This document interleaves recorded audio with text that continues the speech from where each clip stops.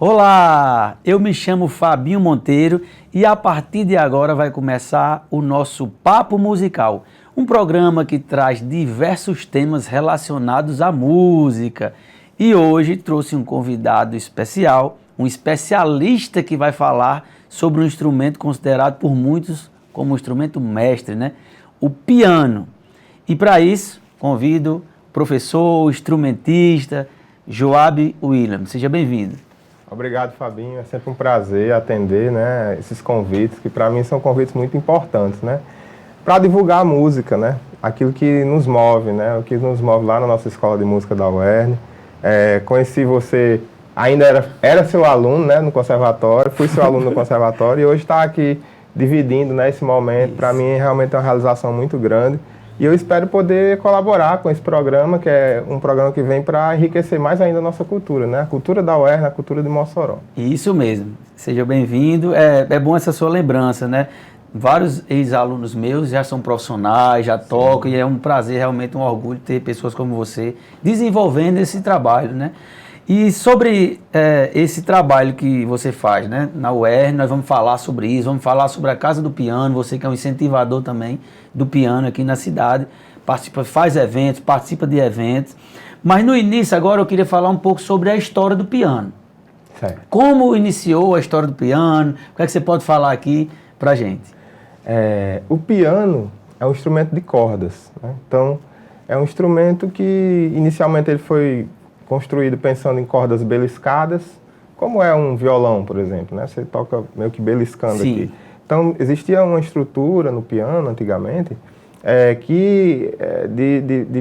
de plectos, né? Que ia lá e conseguia tirar o som através desses plectos, né? Que era como se fossem palhetas, né? Existiam esses mecanismos. E aí, um cara chamado Bartolomeu Cristofori, né? Um italiano, um construtor, de pianos, vamos chamar de piano, certo? Ele pensou em uma forma de construir um piano que produzisse sons mais, vamos dizer assim, mais expressivos. Porque esse sistema de plectos, ele não possibilitava com que aquele instrumento tirasse sons fortes, por exemplo, um som mais forte como esse, ou sons mais leves, mais levinhos. Então, esse instrumento não produzia, porque o plecto ele passava entre a corda, né? E você tinha um som fixo, né? Isso no cravo, né? Isso no cravo. Aí eu ia trazer a novidade do cravo, né? Certo. Porque, na verdade, o piano que a gente conhece hoje, na verdade, era o cravo. Sim. Né? E aí ele criou um sistema de percussão. Então, são cordas percutidas. Ele criou martelos que atingem as cordas através da percussão, e através dessa percussão a gente consegue produzir sons leves e sons fortes, porque agora não é mais o plecto passando pela corda, e sim o peso do martelo, que pode ser jogado mais rápido ou mais lento, e aí o som vai saindo de uma forma mais leve ou mais forte.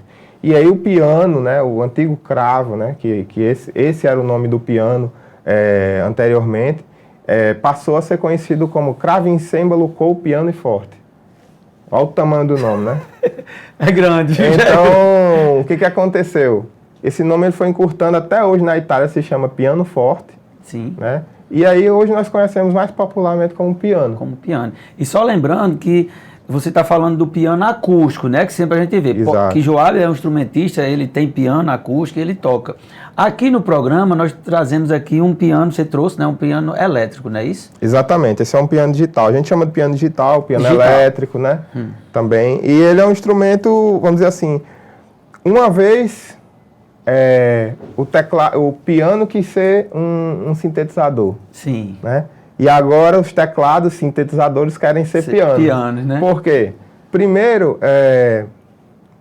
partindo da necessidade do cravo de ser um instrumento mais expressivo e se tornou o piano se tornou teclado pela questão das possibilidades. Um teclado que consegue imitar, por exemplo, um bandolim, um cavaquinho, uma sanfona, um violino. Isso. Então o teclado ele tem essa versatilidade. Sim. Só que após muito tempo de desenvolvimento da civilização humana, né, o capitalismo desenfreado, sim, então o piano se tornou um instrumento muito pouco acessível, porque primeiro é um instrumento que não é produzido em grande escala, Então, já na época era um símbolo de poder, né, anteriormente, do teclado. Então, o teclado ele passou a imitar o piano. Sim. E aí surgiram os pianos digitais, que são teclados Sim. que eles conseguem praticamente imitar em quase tudo o piano. Né? Mas a única diferença que temos é a questão da série harmônica, que aí a gente precisa um estudo mais fundo. Mas é basicamente isso. Então, o piano digital, ele é um teclado que simula um piano acústico. Isso, e pelo custo-benefício, sim. Né? Então, é mais acessível. Se tornou mais popular pelo custo-benefício, que é um piano acústico caríssimo. Então, e para trazer um piano até para cá, por exemplo, o programa tem a questão da logística, tem todo esse processo, né? Então, piano digital. E aí, sobre os compositores e instrumentistas, no início ali, né, que fizeram piano e depois desenvolveram, quem é que você pode citar? Assim, de compositor, para mim, o mais importante foi Bach. Johann Sebastian Bach. Alemão. Eu lembrei daquela história lá de Bahia. Sim. Bach foi um compositor alemão, né, que viveu a partir de 1685. E ele foi um compositor luterano, né, um compositor da igreja protestante. E uma coisa bem interessante nas obras dele, ele escreveu mais de 1.400 obras. E todas as obras dele, ele escrevia no final assim, para a glória de Deus. Não sei se você sabia desse detalhe. Não, disso não. Ele sempre escrevia. Ele não foi um compositor famoso, você podia contratar ele para o seu casamento. Sim. Você podia contratar ele para tocar no seu aniversário. Ele foi uma pessoa humilde, mas que após um século, descobriram a obra dele na igreja de Leipzig e descobriram que aquilo era uma obra-prima. Sim, e inclusive intitulam ele como o pai da harmonia tonal. Então, para você entender, ele sistematizou através dos prelúdios e fugas todo o sistema tonal. Sim. Nenhum compositor na época dele fez isso. 100 anos depois, toda vamos dizer assim, a civilização acadêmica estudando, descobriu que esse cara já sabia de tudo que eles estavam estudando.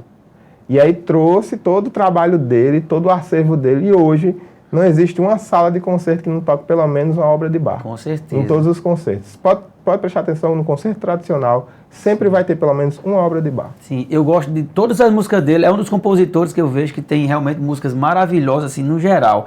Mas tem uma que eu acho maravilhosa, que é Jesus e a Alegria dos Homens, né? A tocata. É muito bonita essa música, eu gosto sempre. E outras mais, né? Sim, o Arioso, tem os prelúdios e fugas. Isso. Tem aquela que o Gounod utilizou para fazer a Ave Maria, né? Sim. É de Bach, gente. É de Bach, isso.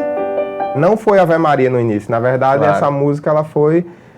Gounod utilizou esse tema, que foi Bach que compôs no primeiro prelúdio e fuga dele, do caderno número 1, para escrever acima dessa base uma melodia que deu origem à Ave Maria, que a gente conhece hoje, né? Você vê a história dele até hoje, né? Tocada ainda essas músicas, e são muito bonitas. Acho que a principal lição assim, de vida que eu aprendi com o Bach, né? A gente sempre aprende estudando música, eu acho que a principal coisa que eu aprendi com ele e que eu vejo que, por exemplo, reflete em Dominguinhos, que nunca teve contato com esse repertório. Eu ia falar isso. A simplicidade. Isso. Bach, ele foi conhecido como o maior matemático da música. E foi conhecido também como o quinto evangelista. Isso. Porque ele escreveu muitas cantatas, ele tem uma obra dele que é a Paixão segundo São Mateus. Ele conta com todos os detalhes da Bíblia, assim, fidedigno, a Paixão de Cristo, desde o início até o final, e são 2 horas e 50 minutos de música. Com orquestra, então assim, é um cara muito cuidadoso, muito simples, muito fiel ao que faz, né? E com muita, vamos dizer assim, com muita dedicação. Né? Então, na própria música dele tem algumas simbologias, os pesquisadores vão fazendo as análises, tem, por exemplo, cruzes, eles fazem algumas, dentro da própria partitura, se você for ver, ele faz isso. As imagens. As imagens, né? Que não se sabe se foi intencional, mas isso. Mas são padrões dele, né? Que são padrões matemáticos. Isso. Então, Bach, para mim, e Dominguinhos, eu já ia dizer, Bach e Dominguinhos são duas pessoas realmente que eu admiro demais, sempre admirei. Né? Agora eu queria que você fizesse aí também alguns exercícios, por exemplo, alguns seus alunos que estão começando, né? A gente fala aqui e tem muita gente em casa que quer ter esse apoio, quer ter essa logística. Alguns exercícios que você poderia fazer para os alunos que estão iniciando, como seria? Eu gosto.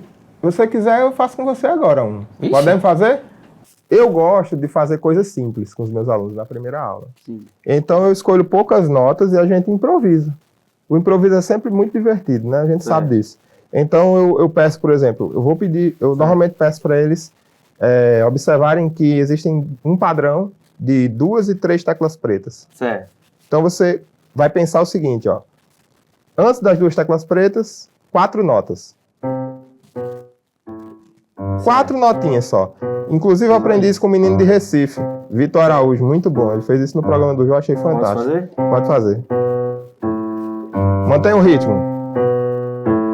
Quando eu disser muda, você vai mudar para a nota branca anterior às 3 teclas pretas. Você vai fazer a mesma coisa. Você vai vir para cá Para essa? e vai tocar 4. Certo, beleza. Quando você dizer muda, eu faço.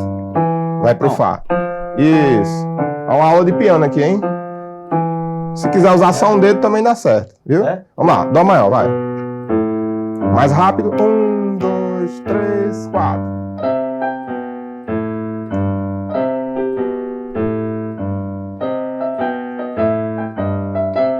Muda.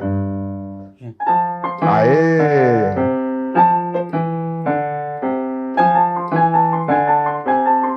Voltou.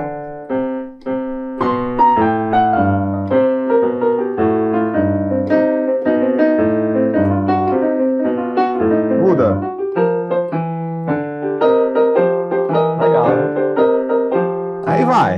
E assim vai. Muito bom. E assim a gente vai. Muito bom. Vamos voltar aqui para suas aulas, né? Tanto na escola de músicas de música da UERN, antigo conservatório, como também na sua escola particular, né? Que você tem. Claro. Então, vejam, pessoal, que está aí em casa, como é a metodologia, né? Que é a abordagem para as pessoas que não conhecem nada, não tocam, que podem, a partir do primeiro dia de aula, já pode começar a tocar, né? Claro, eu acho que para você aprender música, você tem que estar sempre... O professor ele tem que arrumar um jeito de você estar sempre fazendo música. Sim. Porque no final das contas, todos nós queremos tocar. Claro. Todos nós queremos fazer música. Então, é um jogo de cintura que a gente tem que ter, porque às vezes o aluno também não quer estudar em casa, né? A maioria de nós queremos só a coisa pronta, né? A gente quer chegar, quer tocar e não quer ter nenhum trabalho. Então, assim, trazer esse prazer do fazer artístico, que aí é a motivação para estudar em casa, para praticar, e ao mesmo tempo ter uma bagagem técnica, né? Porque o aluno também tem que se sentir avançando, ele tem que se sentir progredindo. Então, assim, a gente foca nisso, a vivência musical e o amadurecimento técnico no instrumento. Sim, sim. Joab, eu estou gostando demais desse papo, porque está sendo muito interativo, você está utilizando, né, os exercícios também. A partir do segundo bloco agora, aí nós vamos tocar mais música também, vamos fazer as peças, né, as obras. Sim, vamos sim. Então, pessoal, vocês que estão em casa, com certeza vocês estão gostando também, está sendo muito legal. Quando a gente tem um especialista, uma pessoa que entende mesmo do assunto, a conversa vai fluindo naturalmente. E aí, espera aí, já já a gente volta para continuar o nosso papo musical.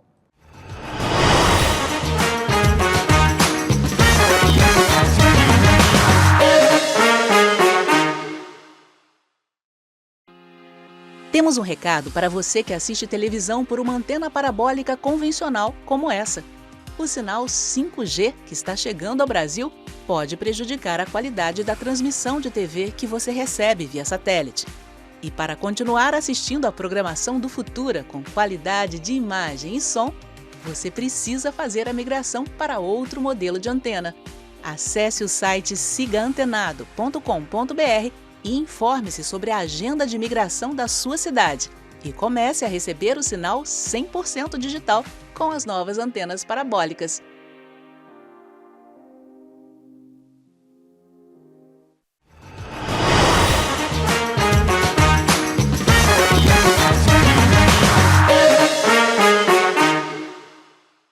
Estamos de volta com o nosso papo musical, a conversa está muito boa e vamos dar continuidade, né?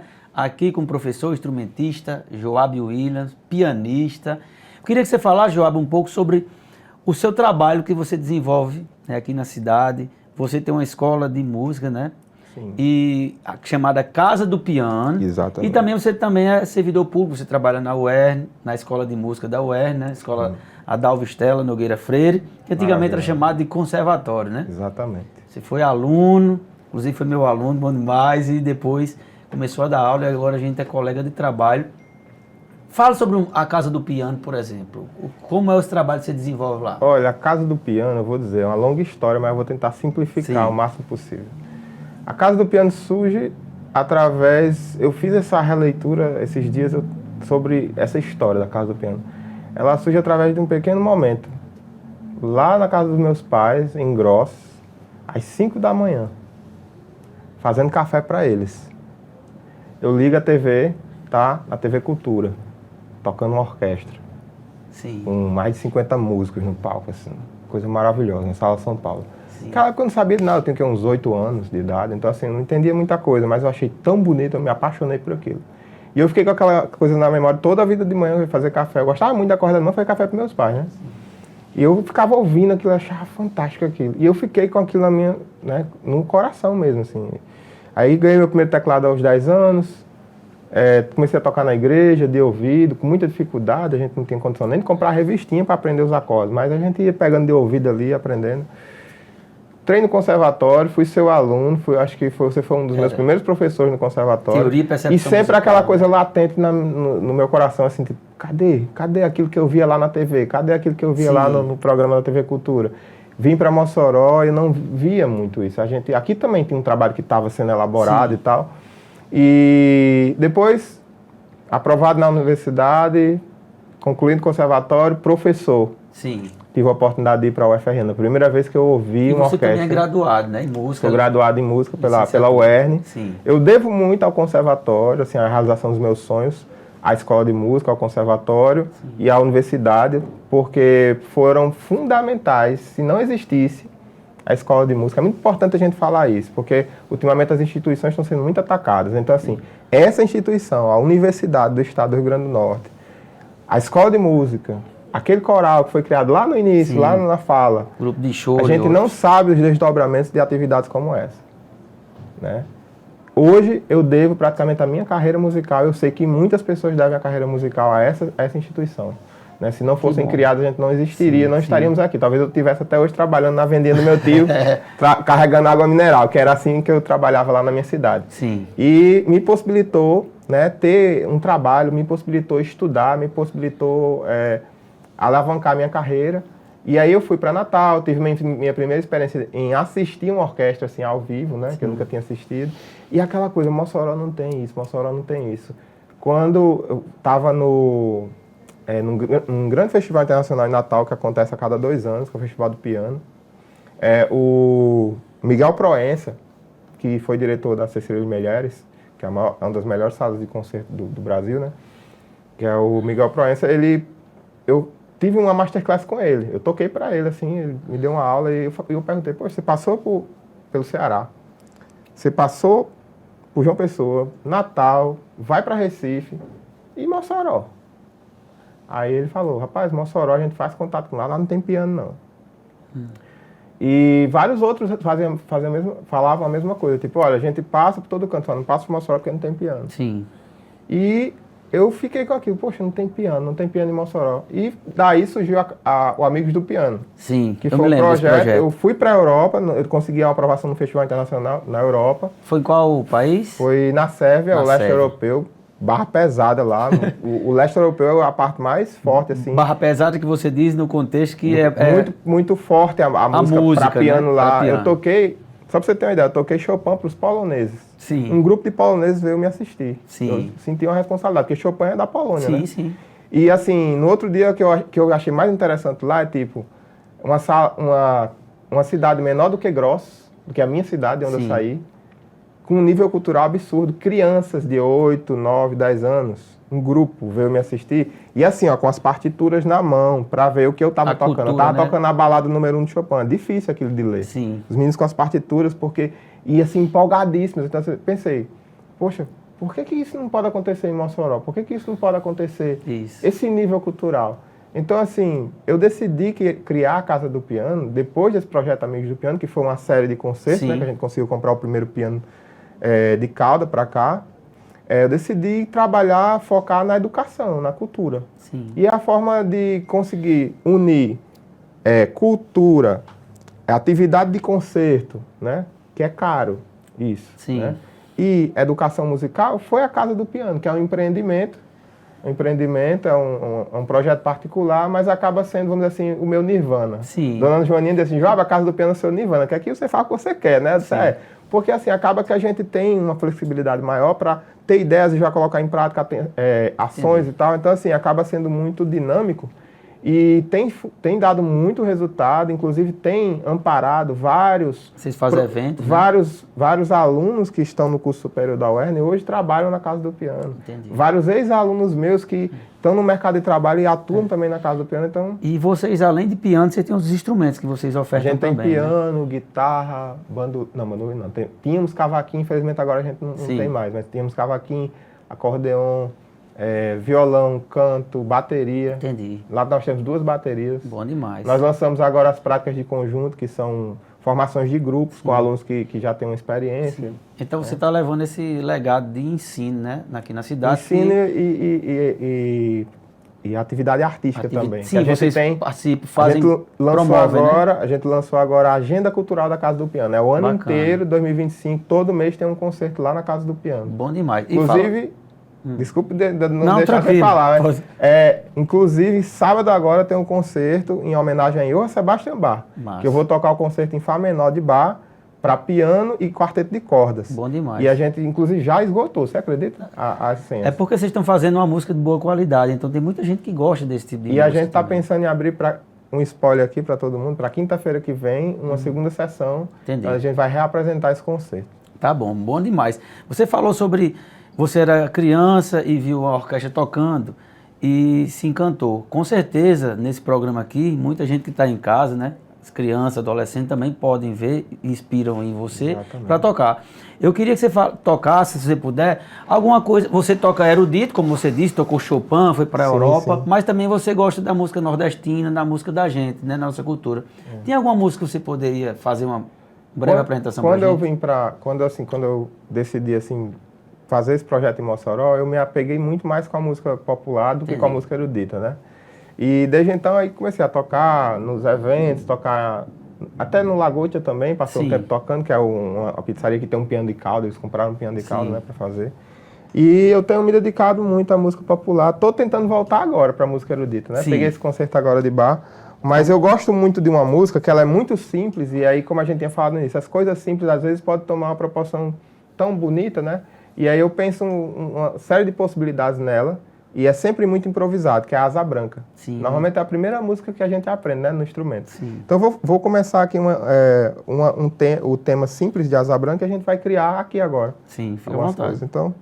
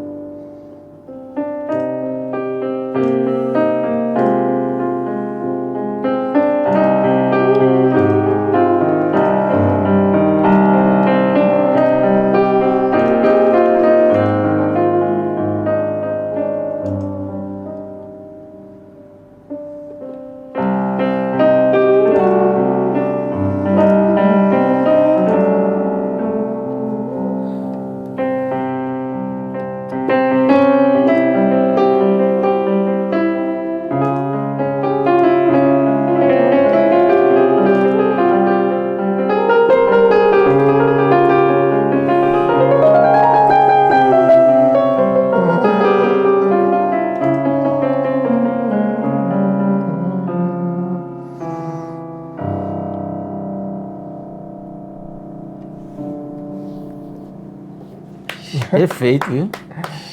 Aí são caminhos que a gente vai trilhando. Claro, isso aqui, toda vez que eu toco, é algo completamente diferente. Sim, claro. Eu gosto de fazer citações. Para mim, Assunto Preto é uma citação de Asa Branca, em tom menor. Sim. Então eu faço em tom maior, faço em tom menor. Eu percebi que você foi pro tom menor. Escala árabe. Eu aprendi com... Eu deixei a coisa mais árabe também, porque eu acho que a nossa cultura nordestina ela tem muito a ver com a cultura árabe. Sim. Então, isso quem me ensinou foi o Cláudio do acordeão. Cláudio Henrique. Cláudio Henrique, ele me falou muito sobre a cultura árabe, assim, que quanto a nossa cultura foi, vamos dizer assim, influenciada, né? Sim. Pela cultura árabe. Joab, a conversa é muito boa, com certeza todo mundo está em casa, está gostando, mas chegou a nossa hora, né? Rapaz. É muito rápido aqui tudo. Eu disse a vocês. Mas eu queria que você desse as considerações, né? Dissesse aí considerações finais, para a gente encerrar com outra música, eu queria tocar com você também. Maravilha. Eu queria agradecer, Fabinho, mais uma vez o seu convite. Eu sou muito privilegiado, sabe? De ter nascido numa cidade como Grossos, da minha cidade, que eu tenho muito orgulho. Depois de ter vindo para Mossoró, ter conhecido você, ter conhecido tantas pessoas boas. Sou muito privilegiado por existir essa universidade, a Universidade do Estado aqui. E por tudo que Deus me proporcionou fazer aqui, sabe?